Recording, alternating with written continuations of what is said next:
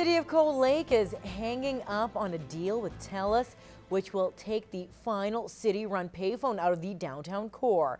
Now, the decision came after TELUS proposed a yearly rental fee of $1,300, and while the city decided it was not worth it to keep it, Fraser Snowden has more.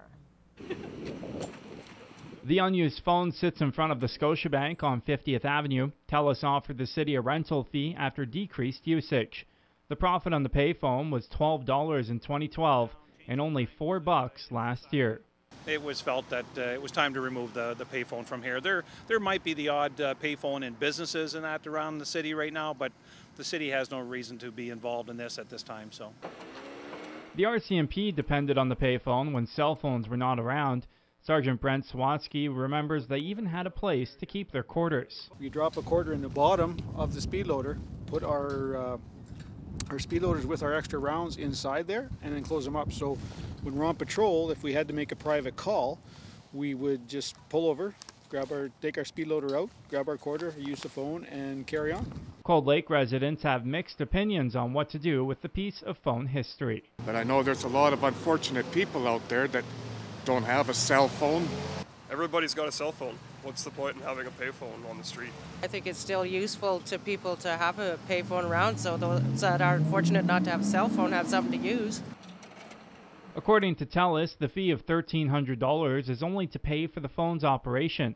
They say payphones are still needed. We're hesitant to remove payphones entirely because there is still a demand, mostly from seniors or those with lower incomes who can't afford phones, or travelers. The company states they are not looking to remove phones, but the one downtown had incurred damages and is costly to fix.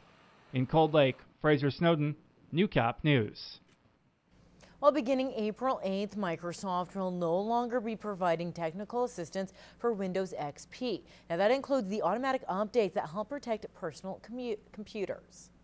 It's been a long time coming.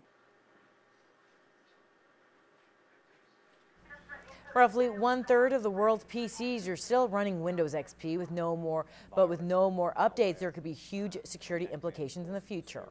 And if you get a disturbance on your computer, that means you could be losing personal data, and personal data usually is tied to bank accounts, so that's always a little bit of a concern. Now, in the meantime, it's not possible to upgrade, but there are ways to prevent security risks. Make sure that you have a very good antivirus. If the antivirus is free, it's probably not the best antivirus that's out there. That's the common mistake that I see. If you're running a business, make sure that your stuff is extremely secure, because you'll be a lot more vulnerable. Now, once support ends, Ian Bull adds it's best to upgrade as soon as possible. Windows XP was launched in 2001 and is still widely used by major companies both in Canada and the United States. Well, it's time again for Retrospect this week from the archives. Now, this week marks the 100th episode of the feature, and in this installment, Brian Hardy brings us a story about the Hockey Hall of Fame going on the road, and we report on the renewed interest in the history of the Métis people.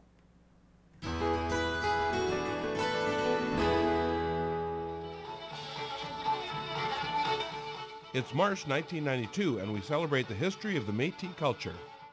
Louis Riel was viewed as being a traitor in 1885 when he led a resistance by Saskatchewan Métis fighting to maintain a claim on their land.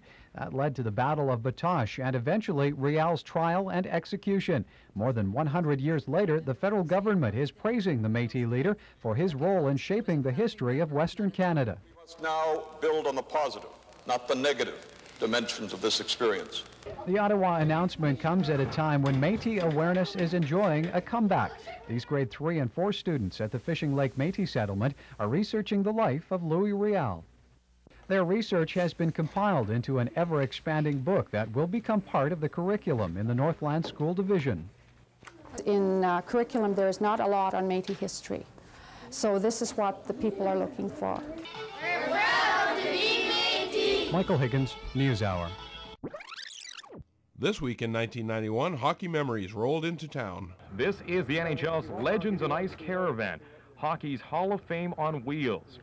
The NHL, along with Chrysler of Canada and Greyhound Bus Lines, put together this hockey shrine. bus number 1, you quickly come upon some equipment from the early days of the game, like these blades that were strapped on work boots. The 1980 showcase centers around, of course, the Great One, showing Wayne Gretzky during his glory days with the Edmonton Oilers, as well as Lanny McDonald's flame sweater. Then the most famous cup of them all, Lord Stanley's mug. Many of us dreamed of holding it over our heads, but this is as close as you or I will get to having that dream come true. Join us next time when we won't get fooled again in Retrospect, this week from the archives.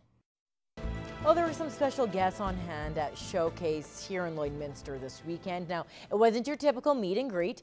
From tasting cooked wild boar to learning how to hog call, well, fans were having as much fun as pigs in the mud. Reality TV stars Jerry and Robert Campbell from the A&E show American Hoggers came all the way from Texas and entertained the crowd. Annika Notveit was there and has more. What's your name, buddy? Connor. For these two, being TV stars isn't something they ever dreamed of, and they say they're just normal guys. It's helped out a lot paying the bills, and you know it's fun doing it. Enjoy, hog hunting's been my life, so it's nice to be able to make money doing something you love. But I don't see myself as a star. Jerry said that the young boy, he was into hog hunting and always knew he would do it for the rest of his life. My mind was always on being out hunting. It wasn't on schoolwork. I could never figure out how diagramming sentences or learning about dangling participles. And even though these A&E stars come all the way from Texas, they're no strangers to the people here in Lloydminster. We like the daughter, Crystal Pistol, she does. Who's your favorite character? I would have to say the old man. He's a good guy. He's just drives around and gives orders, and kind of like me. So. Gary. Just like catching hogs and different things that they do. Yeah, it's one of a kind show. It's enjoyable. And they even showed everyone a thing or two about hog calling.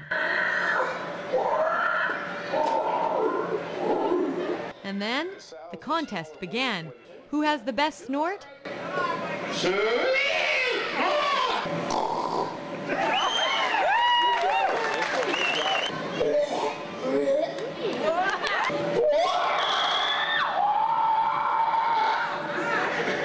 And I even joined in on the fun.